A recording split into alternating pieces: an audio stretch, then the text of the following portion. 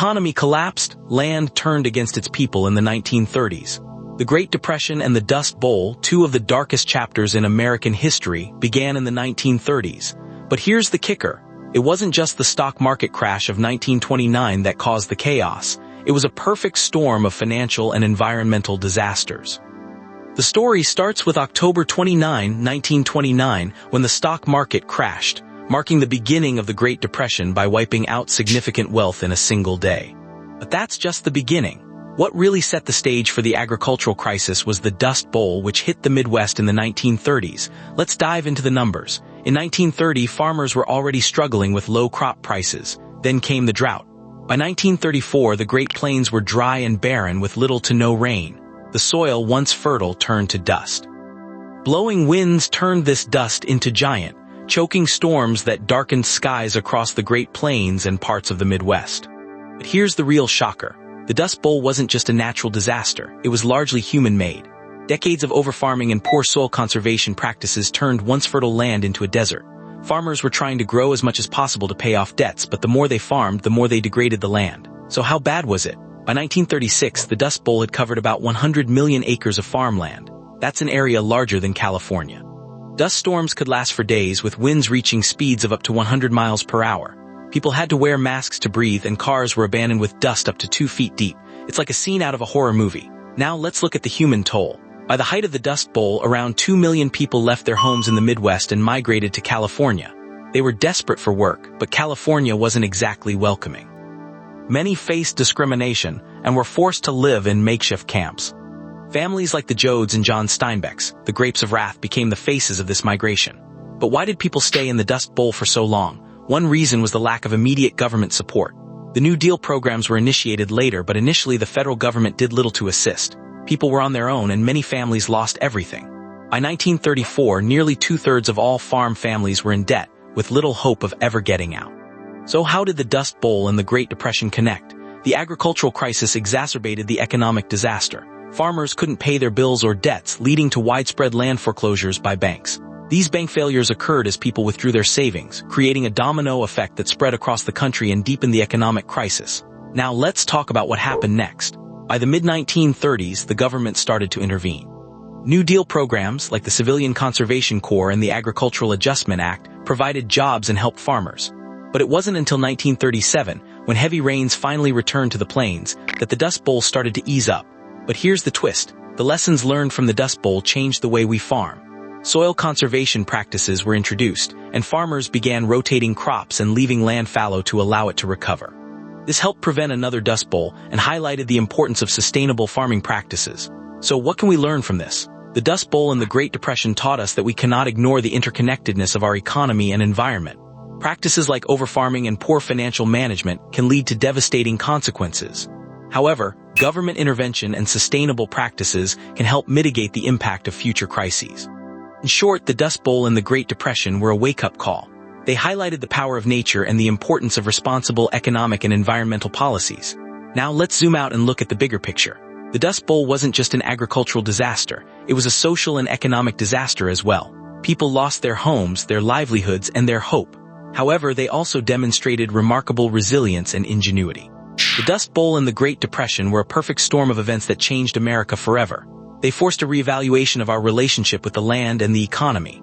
Despite being incredibly challenging times, they also laid the groundwork for the New Deal and modern agricultural practices. So, what's the takeaway? The Great Depression and the Dust Bowl are a reminder that we need to be prepared for unexpected challenges. It's crucial to balance economic growth with environmental responsibility. During tough times, supporting each other is essential. In short, the Dust Bowl and the Great Depression were a dark chapter in our history, but they taught us valuable lessons that we still need today. The Dust Bowl was a period of severe dust storms that greatly damaged the ecology and agriculture of the American and Canadian prairies in the 1930s. It turned farmland into desert, forcing many families to abandon their homes and move west in search of work and better conditions. This migration, particularly to California, highlighted the deep economic and social inequalities of the time. During this period, farmers who had relied on monoculture farming practices and failed to adapt to changing weather conditions found themselves in a dire situation. The Dust Bowl not only caused significant environmental damage, but also led to widespread poverty and displacement. Families who lost their land faced hunger, disease, and a complete breakdown of their livelihoods. The Great Depression was a global economic downturn that began with the stock market crash of 1929. It led to massive unemployment and poverty. Many people lost their jobs, homes, and savings. Banks failed, factories closed, and businesses went bankrupt. It was a time when the value of money relative to goods and services plummeted, and the safety nets we take for granted today were non-existent.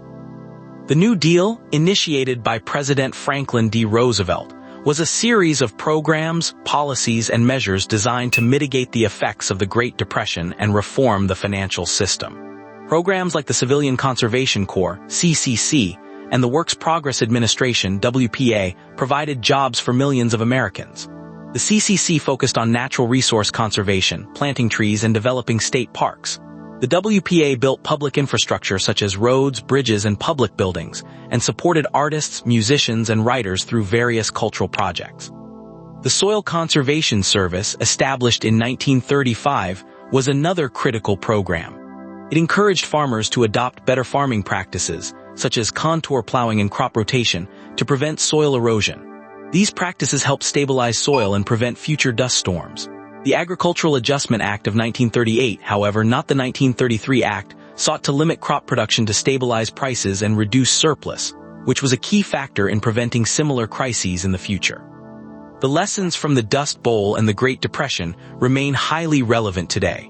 Environmental degradation and economic instability can rapidly escalate into crises affecting millions of people. Just as climate change posed significant risks to agriculture and livelihoods during the Dust Bowl era, it continues to do so today.